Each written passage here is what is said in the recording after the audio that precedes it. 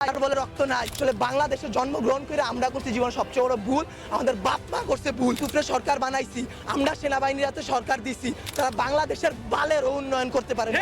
তারা 36 দিন পর তারা এনসিপি গঠন করে। তুলাই অভিশপ্ত না, অভিশপ্ত বাংলাদেশের রাজনীতি। রাতের বেলা লাশ গুম কইরেন না। মৃত সাগর বানাই দিতে আল্লাহ 2 মিনিট ভাবে নাই। ফেরাউন্ডে পানিতে ভাসাই দিতে আল্লাহ 2 মিনিট ভাবে নাই।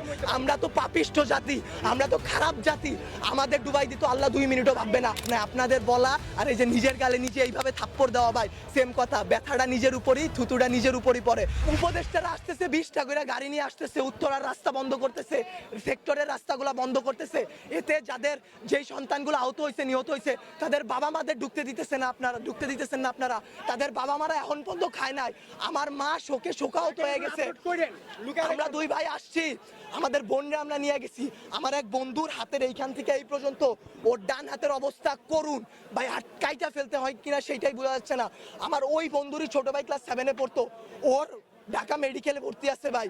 কি করব বলেন? আপনারা যে নিউজ নিতেছেন ভাই, মিনিমাম মারা গেছে 150 থেকে 200-র উপরে।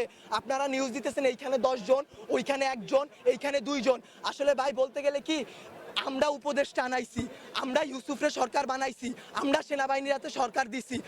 গালি ভাই ওই যে চিত হয়ে স্যাপ ফেললে কার উপরে পড়ে? নিজের উপরে পড়ে। ওই রকম ভাই গালি দিলেও নিজের গায়ে খারাপ লাগে যে এক শেখ হাসিনা খুনি হাসিনারে পাঠাইছি, আরেক খুনি দলরে নিয়ে আসছি। দেশে এইসব হয়ে যায় রাত 2টা 3টার সময় খবর আসে এইচএসসি পরীক্ষা বন্ধ। কেন ভাই আপনাদের কেন 3টার সময় নিউজ দিতে হবে? রাতে 9টা বাজে আপনারা লাইভে যান নাই, রাতে আপনারা দেখেন নাই, দিনে আপনারা ছিলেন না। নটরডেম কলেজ এইচএসসি বন্ধ করার আগে তারা বন্ধ কইরা দেয়, ঢাকা কলেজ বন্ধ কইরা দেয়, আইডিয়াল কলেজ বন্ধ কইরা দেয়। আপনারা শিক্ষা উপদেষ্টা, আপনারা আইন উপদেষ্টা, আপনারা পরীক্ষা বন্ধ করেন না। আপনারা বলেন না পরীক্ষা চলমান থাকবে। কাদের নিয়ে পরীক্ষা দিবেন? আমরাই তো দেশের ভবিষ্যৎ, আমরাই তো ভবিষ্যৎ, তাই না? যারা মারা গেছে তারা আমাদের থেকে আরো ভালো ছিল, তারা আরো কিছু করতে পারতো।